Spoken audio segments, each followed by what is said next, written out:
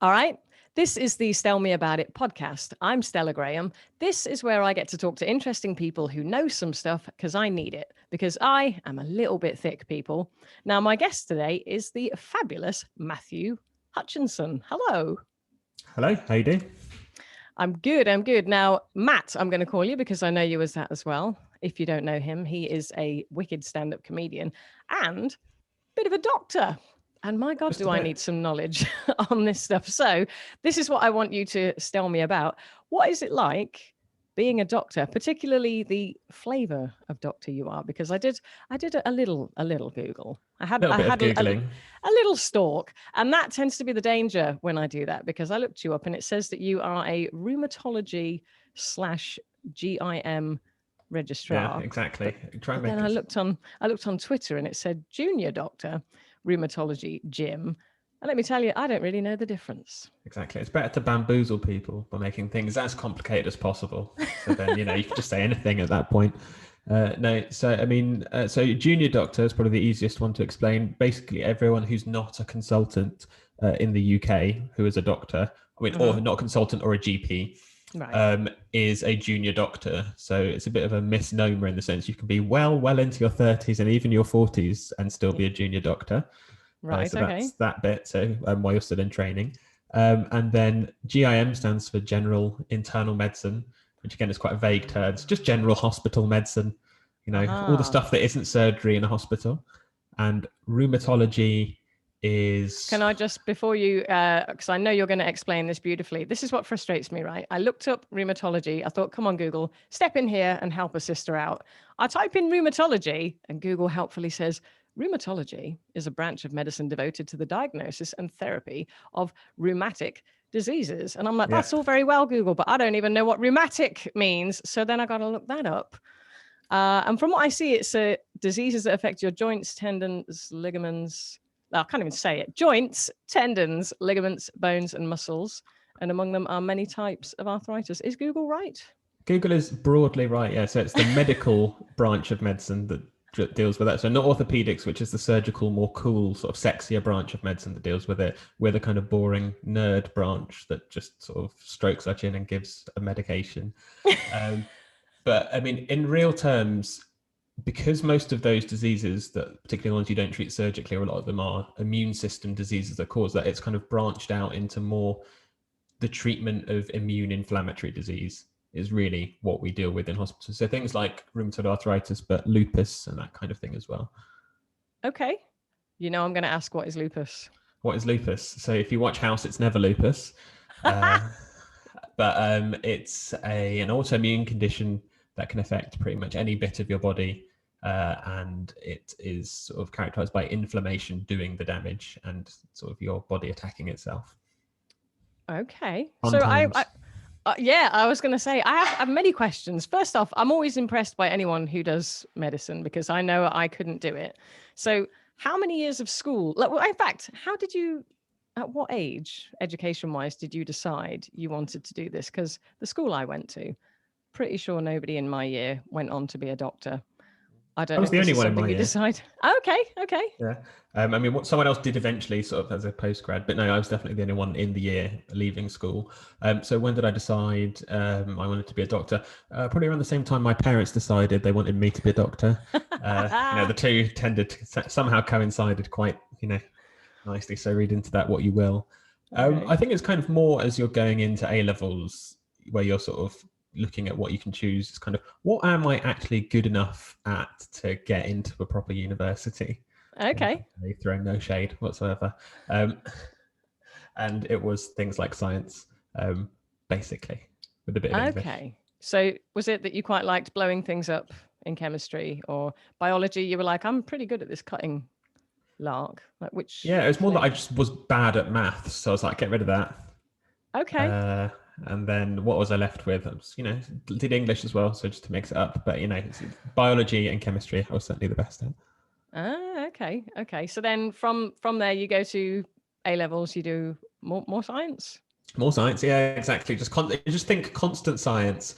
But like the thing about doctors is we're like in between in terms of how good you are at science. Like you're not probably smart enough to do pure physics and chemistry. Right. So it's kind of like science light, but just lots of volume, not very difficult stuff.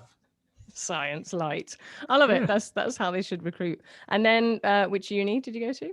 UCL, University College London, to the Thank you. I like that you unacronymed. stepped in. Yeah. I like that you. She's not going to know what that means, so let me just. Well, I just got to think of all people, because it's a very London-centric and sort of UK-centric thing. Just about UCL, people know what that is. Yeah, totally. But it is London's global university, though. Apparently, that's their slogan. Well, being that I opened this podcast with telling everyone how thick I am, I appreciate that you straightened. So I went to University College London, which had nothing to do with the fact that my dad was technically employed by UCL. So Ah, okay. So was it like a sort of friends and family scheme, like when you've got a mobile I did get phone a discount. you can... Oh, that's good. Yeah, exactly. I mean, particularly, all the people who paid top-up fees will not enjoy knowing how cheap my university education was as a result of that little loophole. Or no? No, I don't think it would do my brand or popularity any good. But I think they've stopped that rule now because they were like, this is woefully unfair. Right. Well, that was going to be a question. You said that a lot of the influence came from your parents. So, I was going to ask, are either of your folks medical? But I don't know. My dad is a research biochemist employed by UCL. Okay. So, and obviously not by the sounds of this incriminating. Oh no, he's long retired. It's absolutely fine. But in terms of if you think about the influence of that, and my mum was a science teacher, but she has a PhD though as well. But and then both me and my brother went to UCL to do medicine. So there's probably something in the parental occupation. I mean, knowing now that your mum is a science teacher, I'm quite glad you did well at science at school. That would have been exactly. It would have been quite embarrassing otherwise. You wouldn't have been allowed to suck at that, so you had to do well. Yeah, there was only one thing you're allowed to do in our house. It's kind of science or more science. So how many years at UCL? 6. 6, and then from there you went to. So I spent a year in Basildon, just because everyone gets sent out. Everyone gets to live their dream. Right? Exactly, it's a punishment for you now. So you do 1 year out of London, 1 year in when you're a junior doctor in that particular area. Okay. And then I've been in London ever since. But I've been a doctor since 2012. Oh, right. Okay. So a long time, it feels like now. And then at what point, because my limited understanding is that you try out a couple of fields within medicine, then go, I'm gonna zero in on rheumatology. Yeah. So tell me about that journey. How you? So you do. Yeah, certainly. So you do a couple of years. You do your foundation years, which is when you're kind of completely new green doctor, sort of knowing barely anything, definitely in your foundation year 1, or at least I was. And then you can do sort of a mix of surgical and medical specialties. After that, you sort of tend to pick either GP or surgery or medicine. And then chose medicine. And then once you've done sort of a few different medical specialties for a year, you choose which one you want to stick with. But often in tandem sticking with general medicine, as I've done. Okay. And what was it that made you go for rheumatology? Yeah, I mean, it's a good question because it's a specialty, given that you have to explain what it is to... No, you have to explain it to sort of, as to most people what it is. Yeah. And I think most people tend to go into medicine thinking they want to be surgeons and do something that looks exciting on TV. So I guess, surgery looks exciting on TV, but there's a lot of a lot of standing around for a long time and quite early starts. So, early starts, that's that out the window. And then as sort of immunology, so immune system diseases, quite interesting. So that was what drove, because, in terms of things that deal with that, rheumatology is one of the more common specialties, or, more hospital specialties that deal with that sort of immune system inflammatory disease, which is what I found interesting. Okay. And it's not like people talk about the immune system much these days, not with everything. No, exactly. Suddenly COVID's made the specialty really, really exciting and interesting. So, lots of the drugs, the arthritis drugs that they're using to treat COVID now are stuff that we use all the time in rheumatology. So suddenly someone needs us to... my, so you were ahead of your time. Exactly. We are. It's our moment in the sunshine. In the I spotlight. see. So were you just like, I'm biding my time, but one day this is going to be the place to be? Yeah, I mean, if anything, a more conspiratory minded person might think, what vested interest rheumatologists have in COVID? Did you buy stocks in the medicines? And Yeah, stocks in tocilizumab. No. if only I knew what that meant. But I guess that's one so of the that's the popular ones. arthritis drug. Exactly. That's one of the arthritis drug that's having a bit of a blockbuster year because everyone's excited about what it can do for COVID patients. Ah, right. Okay. See, I didn't even know that because all I ever hear is about the vaccine. Mm. I don't know what's in it. Yeah, I mean, to be fair, the vaccine's probably the ideal choice, prevention being better than treatment. Yeah. So what is it, the medicine you just mentioned, something? So it's an arthritis drug that suppresses a component of your immune system that is thought by some people to be very important in causing the immune system damage that is done by COVID. Thought by some people. That's some very it's get out of diplomatic. jail Yeah, exactly. language. Well, because the reason I say this is because with any time anything big is discovered in medicine, people will disagree about it, and often the people agreeing with it may have some kind of vested financial interest in it or have backed that as an academic theory in the past. So it kind of helps to perpetuate something that they sort of put their money or their name to. And tocilizumab, this particular medication, there have been 4 big clinical trials using it. I mean, there's been other ones as well, and they've all kind of shown different outcomes. So some of them show benefit, some of them show it does nothing, and at least one of them shows it does a bit of harm. So great, that's what we want. Yeah, inconsistent across the board. Yeah, exactly. But then again, more research, more funding. And is that something that you would ever be involved in, or no? You're more prescribing so it? I'm actually not that specific research. I'd certainly be involved potentially in prescribing it to patients when I'm treating COVID. But I am actually about to go out of at least quite a lot of, stop a lot of the clinical practice that I'm doing and do a PhD, which is in COVID and inflammation. Right. Okay. So long after everyone's hopefully vaccinated up and forgetting about it, you're still going to be beavering away. Exactly. I'll still be in the lab trying to find out exactly what COVID does to cells. Exactly. Just be like sort of 2 or 3 years on when it's no longer trendy or fashionable. You're telling people about it's like, oh, that's so 2020. Yeah, that's right. You'll be like waving this paper and they're like, we don't care. We just don't give a shit. Have you not heard about COVID-3? Exactly. So how have you found it day to day doing the job with everything going on with the distancing? And it really varies. Because in the first wave, I was in A&E basically most of the time. So I was doing more general medicine when the first wave hit. So I think I can remember there was one night shift where it felt like almost sort of from one day to the next, sort of one day it was completely normal. The next day, everyone was coming in with chest infections that were possibly or felt to be COVID. Right. So that was quite a shock. And that was really busy. And it was busy for a couple of months after that. Then obviously we had the summer last year and I've moved jobs in between, went back to doing more rheumatology. And that was completely the opposite because it's mostly a clinic specialty, but you're not bringing people into hospitals. So it's a bit like working in a call center. Right. Okay. So you're just phoning people going, you all right? How's it going? And how, I mean, that's got to be quite tricky when you're used to having people in front of you to suddenly be like. Yeah. I mean, one of the pluses, I've got a headset now. So it's like working literally in a call center. But yeah, it's very difficult to tell if someone's truly on death's door and they're just being stoic over the phone, or on the flip side, if someone's just, making a mountain out of a molehill, like all my joints are swollen. And then, so yeah, and assessing people. If they have joint pain, but no swelling, is it one of those things where they could be lying? Well, yeah, we're not lying. We don't like to accuse our patients of lying. Stella. That's just my shorthand for being, creative with the truth. No, they're more just maybe experiencing pain that we cannot detect inflammation and swelling associated with. And there are many complex reasons why patients may have that. But a lot of words to not say lying. I'm impressed. This is true. Well, one doesn't want to say anything too controversial. I mean, you can obviously do tests and do lots of other multiple, but it's very difficult. And I think also lots of patients are frustrated at not being able to see their doctor as well. So often you might be the only doctor that they've spoken to for several months. They kind of unburden themselves of not just their arthritis problems, but they go, by the way, I've got this heart pain, and it's just like, go to A&E, that kind of thing. Yeah. I have a similar thing whenever I visit my mum, and it's like, oh, and while you're here, I'm like, I can't. You asked me to come and do one thing. Yeah. While once you're your foot's here. in the door. Yeah. Yeah, exactly.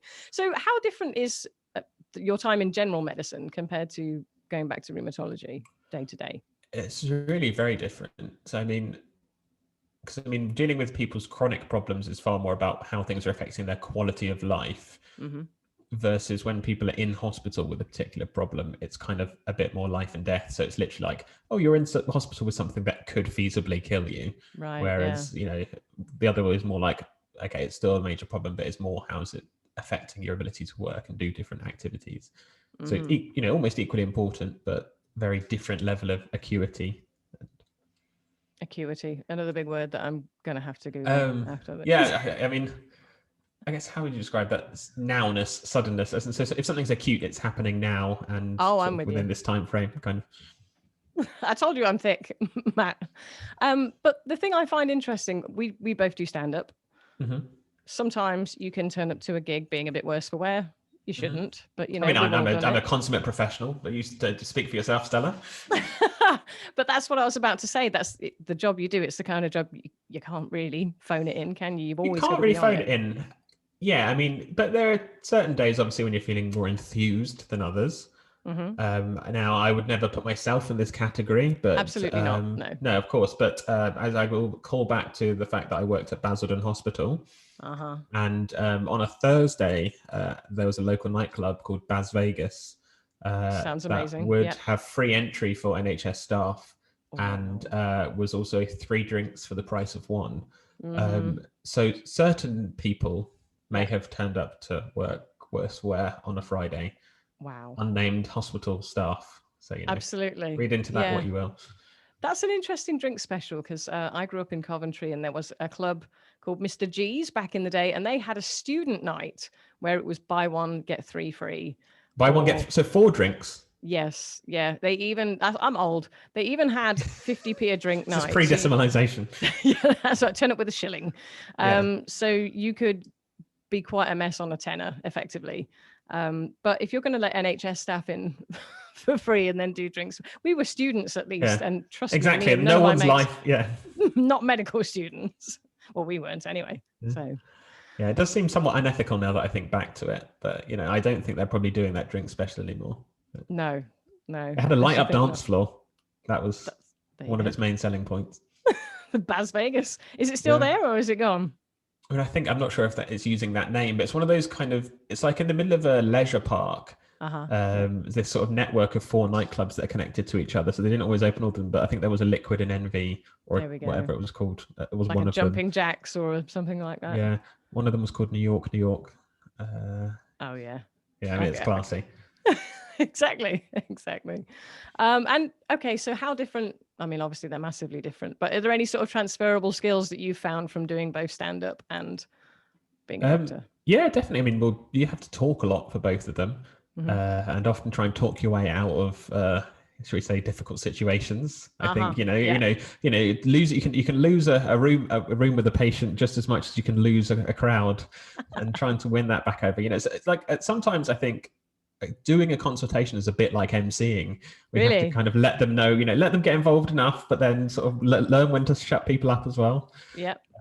But so I think in interviews, certainly being able to talk about comedy has served me quite well, because you can just steer, because they're far more interested to hear about that than a lot of what they've been hearing the other candidates talk about. So in my interview for this PhD that I'm going to do, they asked me about resilience. So they were asking, if you're very passionate about something but it doesn't go your way, what do you do to, mitigate that? And I just was like, sometimes in comedy you might get rejected from an audition. You've just got to power through. They liked it, so there are transferable skills. That's good. Which one has the trickier heckler? I feel like the heckler, actually, to be fair, sometimes that can happen in any, but I feel like the hecklers at comedy are more likely to physically attack you after your set. Okay. So, there's always that. They're more drunk as well, usually. Or, A&E is probably about a dead heat. I wondered that, actually, because you... Oh, yeah, I can imagine, actually, that there's got to be a fairly close run thing. And how have you found... after a long shift, I'm assuming you do long hours, NHS, right? You then have to do a gig. That must be knackering.